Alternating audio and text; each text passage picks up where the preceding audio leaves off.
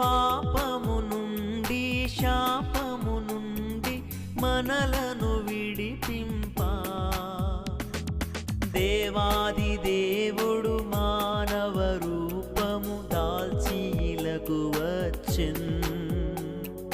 దేవాది దేవుడు మానవ రూపము దాల్చి ఇలకు వచ్చెన్ యేసు నామమునే పాపికి రక్షణ సర్వ జగమునందు యేసు నామమునే పాపికి రక్షణ సర్వ జగమునందు